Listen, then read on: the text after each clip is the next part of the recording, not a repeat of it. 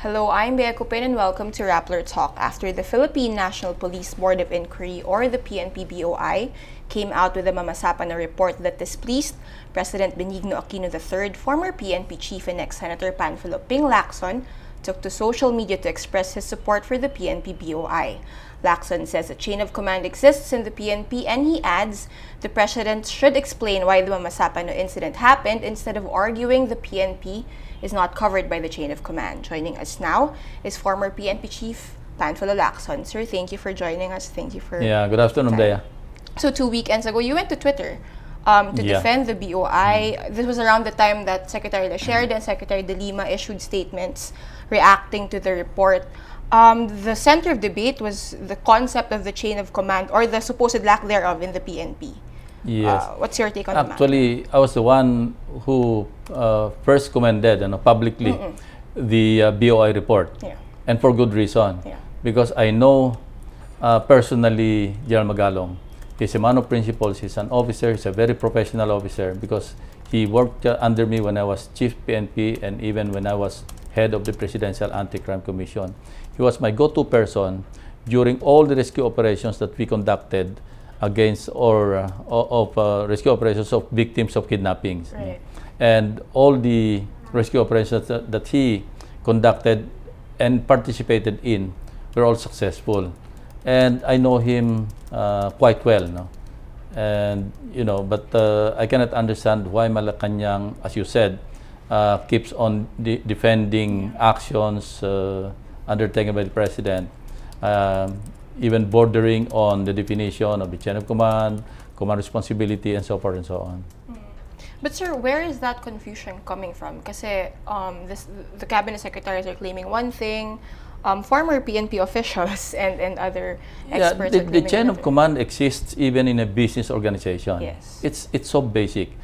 What is the chain of command? The chain of command is simply the formal line of authority, responsibility, and communication. Right. It defines and establishes the superior-subordinate relationship. You take out the chain of command in any organization, not just the armed forces, not just the PNP, but even a business organization, then you lose the unity of command. Can you imagine a PNP with 2 chiefs, with no regional director, with 3 provincial directors? There will be confusion. Easily, confusion will reign. And that's the reason why the chain of command is very important to be adhered to be practiced by members of any organization. Because, as I said, it is the formal line of authority, responsibility, and communication. How do subordinates and superiors in an organization communicate? Through the chain of command. How do they assume responsibility or exercise authority? Through the chain of command. If you disregard the chain of command, well, I cannot imagine an organization without a chain of command. It is depicted graphically, usually in an organizational chart. That's the reason whenever you are briefed by a company, a corporation, or by the PNP, makikita mo kagad doon there's an organizational chart. This is the flow chart, yung communication. And as I said, it establishes the line of authority. Sir, you mentioned, imagine a PNP with 2 chiefs. Isn't that more or less what happened in Mamasapano when you had Director General Purissima involved in the briefings and apparently on the day itself? Actually, I said that subliminally, because as it happened, in the case of Mamasapano, there seemed to be 2 chiefs. The PNP seemed to have 2 chiefs PNP at the time. Yes, sir. An OIC and a suspended chief PNP. So that's when the confusion started to be felt even by the president, the PNP, and the actual forces on the ground. Sir, you mentioned that's one thing that the president, I guess what you find lacking in his explanation so far. Why was General Purissima involved in Mamasapano? Would that be accurate to say? Well, yes, that's one of the findings of the BOI. We can read it in the BOI report. He allowed the participation of a suspended chief PNP who is or who was at the time in no way part of the chain of command by virtue of the suspension. Well, he resigned na ba siya? Hindi pa. Anyway, Hindi pa. he was not part of the chain of command. The chain of command, if it was followed, would be Commander-in-Chief, OICSP na, Director na Peñas. You cannot find Alan Purisima in the chain. Yes. So, Yes, definitely. doon nagsimula yung problema. Sir, you were a PNP chief yourself in the past. When you refer to the president, do you see him as your commander-in-chief, or do you think, no, he's my chief executive? Well, let's put it this way. Article 7, Section 18 of the Constitution. Yes. Klaro naman doon The President shall be the Commander-in-Chief of all armed forces of the Philippines. This is the call-out provision in the Constitution. That the President may call out on the armed forces, all armed forces for that matter. The armed forces, as written in the Constitution, are in small letters, no? Yes. Armed forces. Meaning, the framers of the Constitution never thought of the armed forces as an institution or referring to the AFP as an institution. Right. The framers of the Constitution, the 1987 Constitution, had in mind when they crafted the 1987 Charter, they had in mind all armed forces.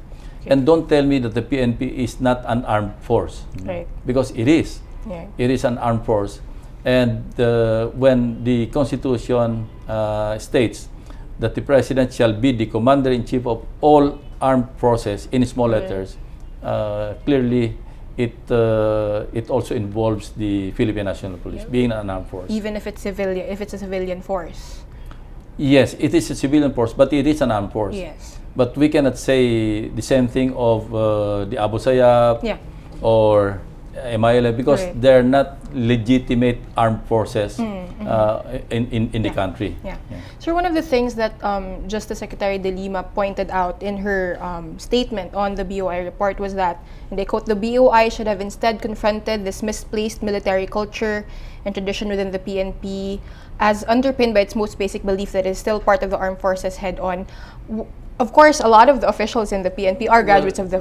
She got it all wrong. When you refer to the PNP as an armed force, it doesn't mean that the PNP is part of the armed forces. Yeah. Remember, again, I'll go back to the intent in of the framers of the Constitution. If their intent was to refer to the armed forces as the AFP, they could have stated clearly so, no? Or more clearly, meaning the President shall be the Commander-in-Chief of the Armed Forces of the Philippines, and in capital letters, referring to the Armed Forces of the Philippines as an institution.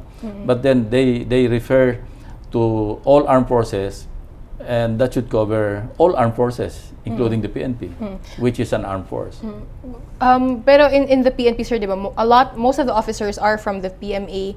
Is that even an issue now? No, having it's not an issue. Military. It doesn't matter. Right. As long as a unit or an organization is an armed force and recognized under the Constitution as an armed force, then they're covered by the Commander-in-Chief provision under Article 8, Section 18. Article 7, I mean.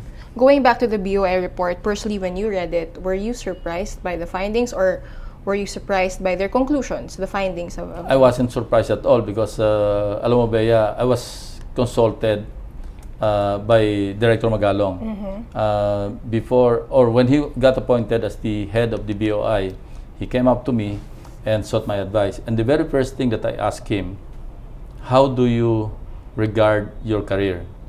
When he answered that he cared about his principles, then I knew exactly what advice I would give him. And true enough, while he was undertaking or conducting the investigation, and when he was about to craft or finalize the draft, or to draft the BOI report, again, we had several meetings. And I remember telling him, or reminding him, I was giving him advice and guidance not to interfere in their findings because he will be guided by the evidence and the facts as they gather them.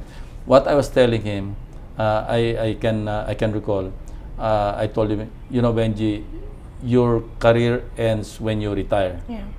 But your character stays until the day you die. So you choose between the two.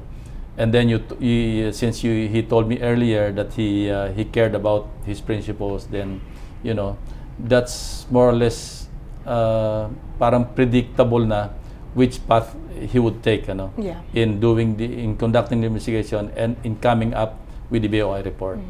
Sir, of course, the report, like I mentioned earlier, Secretary Lacerda, Secretary De Lima reacted rather strongly to one of their findings, conclusions on the president.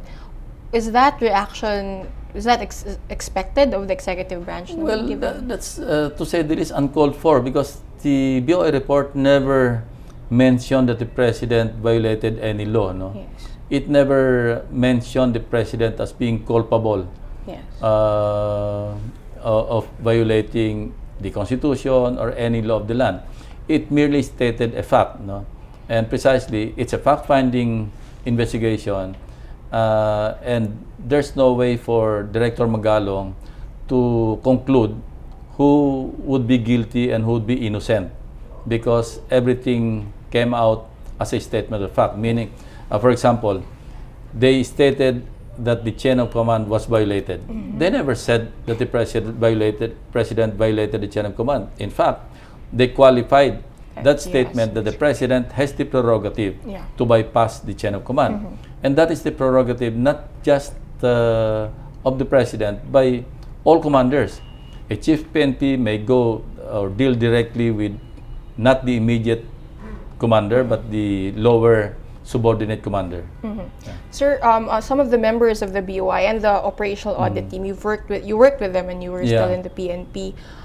Could you just make us understand, like, when you're a police officer, it's a daunting task to investigate an incident that supposedly, well, at that time when they were given the assignment, supposedly involves the president. What goes through your head when you feel that you might have to pin down or at least pinpoint mistakes of your commander-in-chief? Again, it will be a choice between character and career, between ambition and principles. And I'm glad that the BOI chose principles over ambition, chose character over career. So that much I can say. And I'm very proud that some of those involved in the investigation worked directly under me when I was Chief PNP. Sir, zooming in on the PNP naman as an institution, this would be one of the bloodiest the operations in the PNP and the SAF's history, especially. How do you read the institution now? Like 2 months after, parang may hurt pa ba? May pag-aalinlangan pa ba yung institution as a result of Mamasapano? Well, on a positive note, the PNP should really take the cue from or work by remembering the supreme sacrifice. By the SAF troopers. That's why when they were referred to as the fallen SAF 44, I wouldn't want to call them that. They should be hailed as heroes. And then while they may have fallen because they died, but again they lift up the PNP to a new height. Parang yung prestige, yung sympathy. Never before did we see so much sympathy and so much goodwill from the public towards the PNP. And because of what happened to the SAF 44, there seems to be a renewed goodwill, if I may refer to as renewed. There's a lot of goodwill and sympathy towards the PNP, represented by the SAF. And then that's why in one of the talks that I had, I even advised the PNP to always think SAF 44 whenever they're tempted to commit kotong, they're tempted to commit some misdemeanors. They should always think SAF 44, so they'll be reminded of the heroism, of the gallantry in action, and the goodwill and the sympathy that came out after or as a consequence of their sacrifice.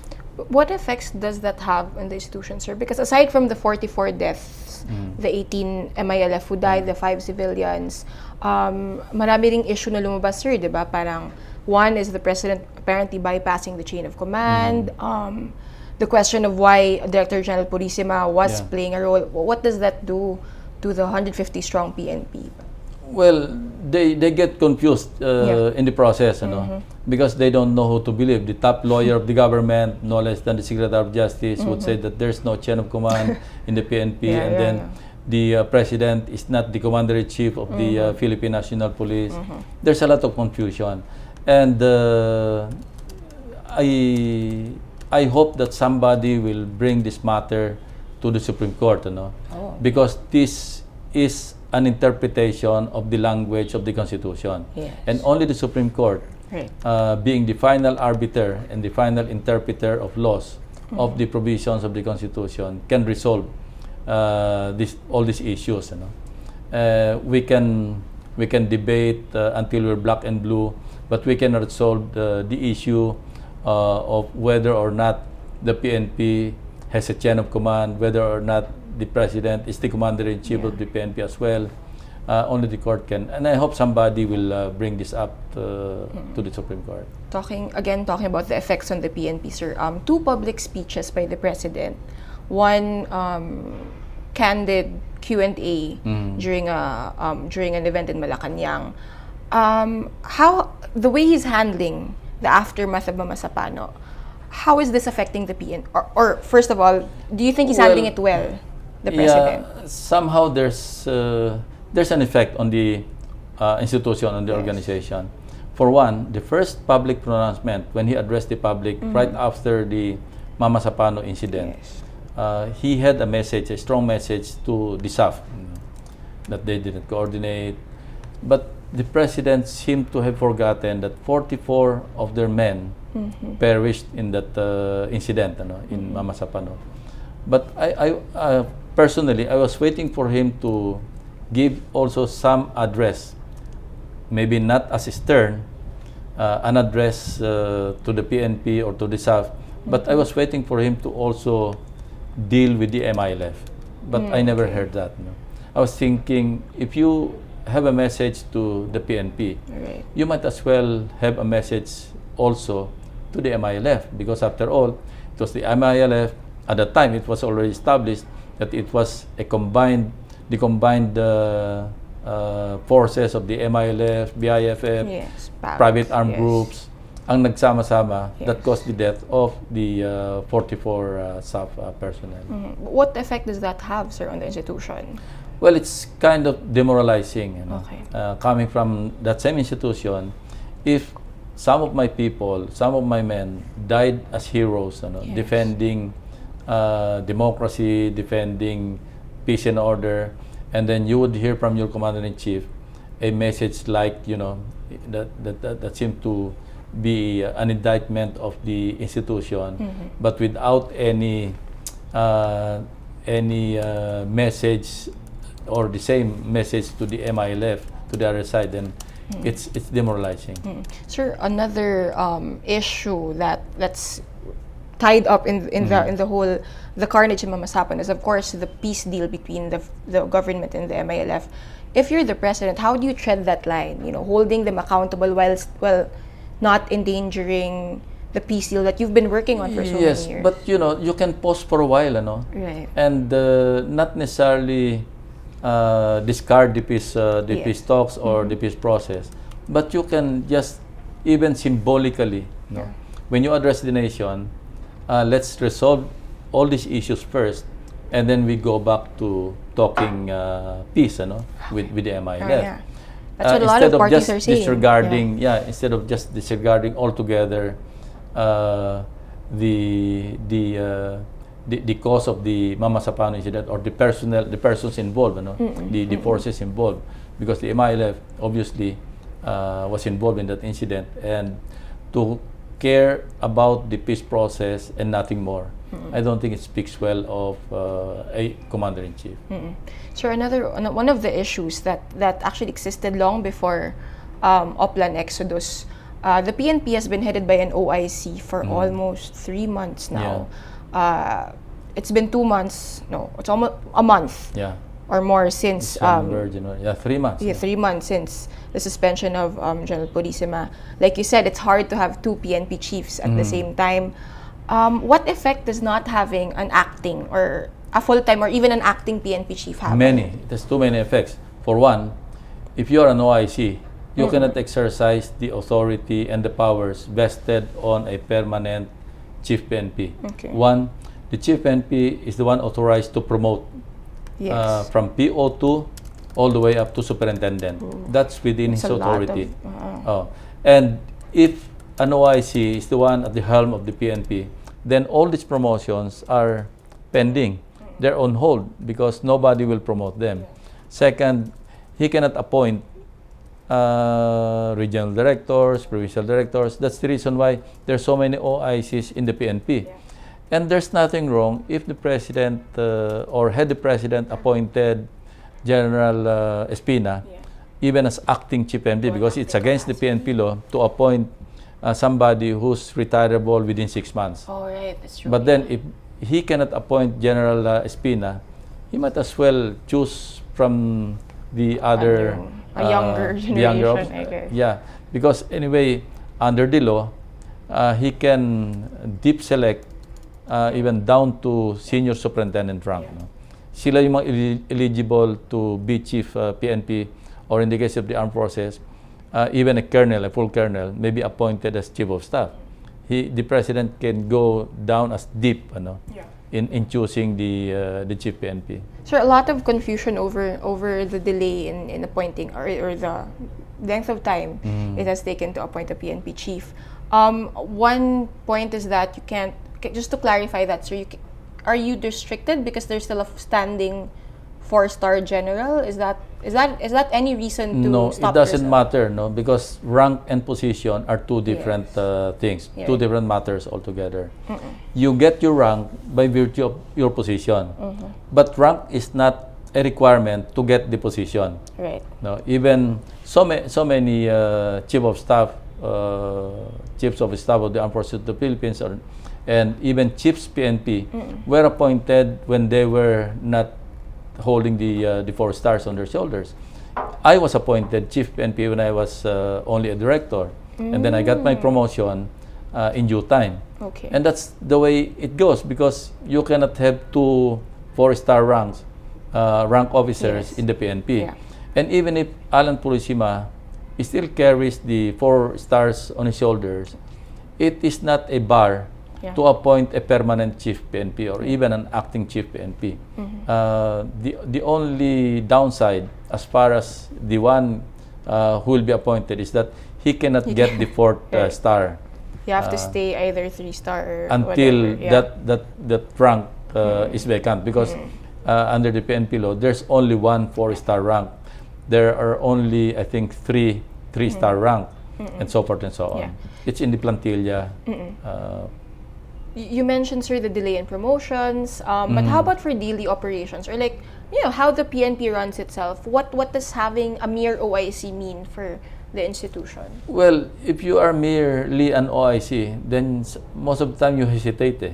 Okay. You don't make decisions because you're a mere OIC, and then again you cannot exercise the authority vested on a permanent appointment or appointee.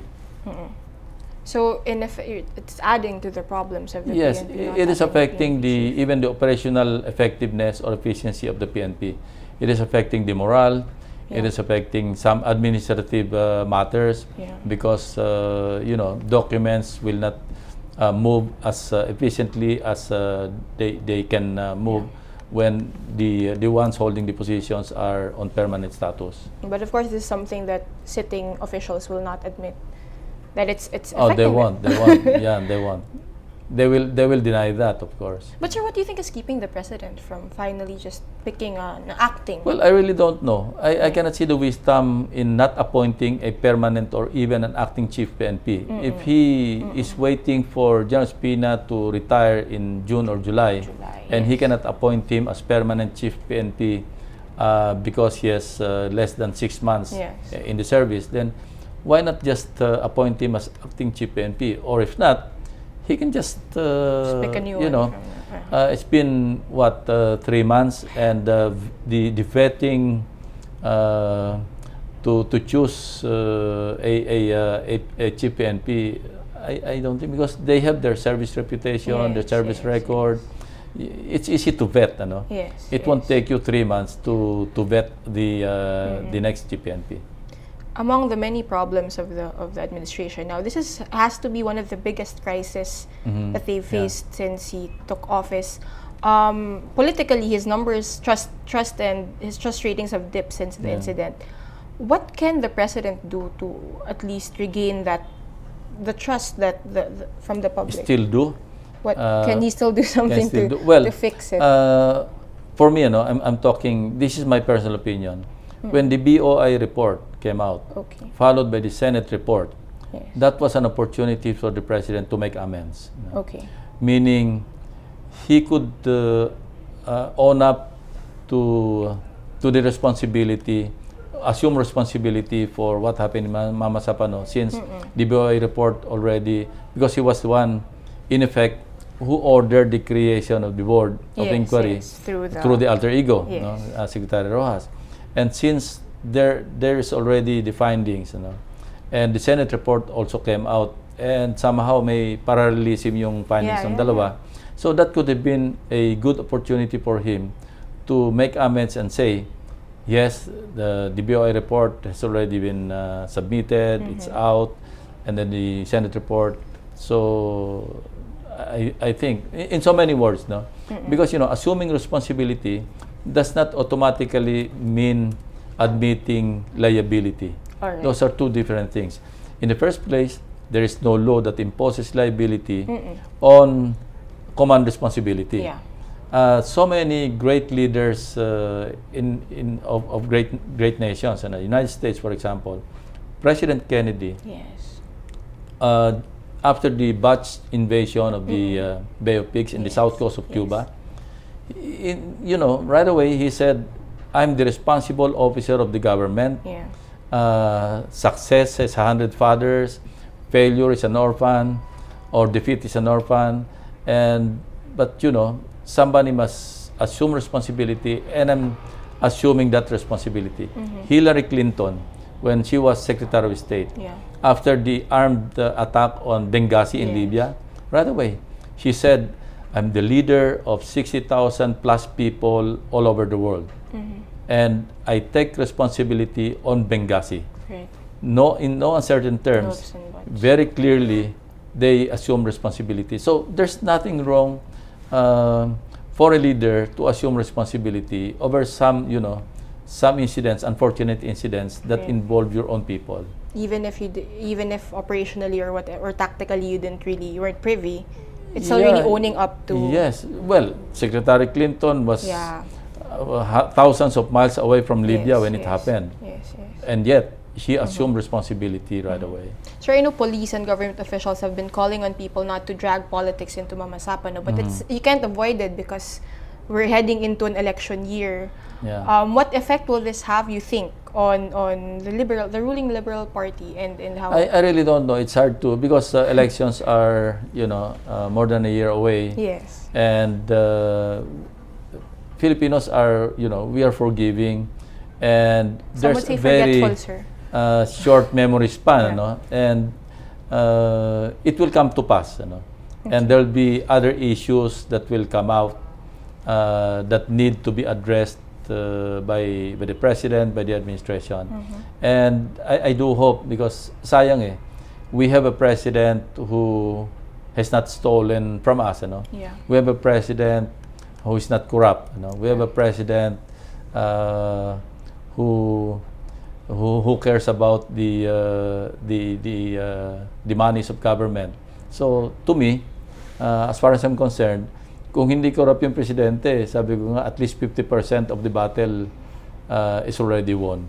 So mataas ang premium ko pagdating sa leader na hindi corrupt like President Aquino.